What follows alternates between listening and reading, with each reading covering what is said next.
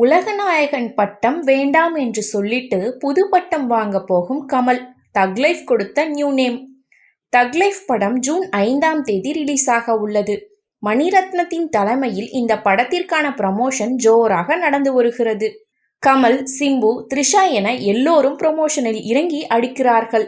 இந்த நிலையில் ஜிங்குச்சா என்ற பாடல் ஃபர்ஸ்ட் சிங்கிளாக வெளிவந்தது.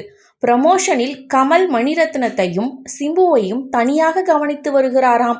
போட்டோ ஷூட்டில் கூட சிம்பு தனியாக இதில் பெயர் வாங்கும் என அவரை ஒதுக்கி தனியாக அனுப்பி வைக்கிறாராம். அதைப்போல் மணிரத்னத்தை சாப்பாடு முதல் அனைத்து விதத்திலும் சரியாக கவனித்து வருகிறார் கமல். 2024 நவம்பர் மாதம் கமல்ஹாசன் தன்னை உலகநாயகன் என அழைக்க வேண்டாம், வெறும் கமல் என அழைத்தால் போதும் என ரசிகர்களுக்கு வேண்டுகோள் விடுத்தார். அதிலிருந்து அவர் KH என்று செல்லமாக அழைக்கப்பட்டு வந்தார்.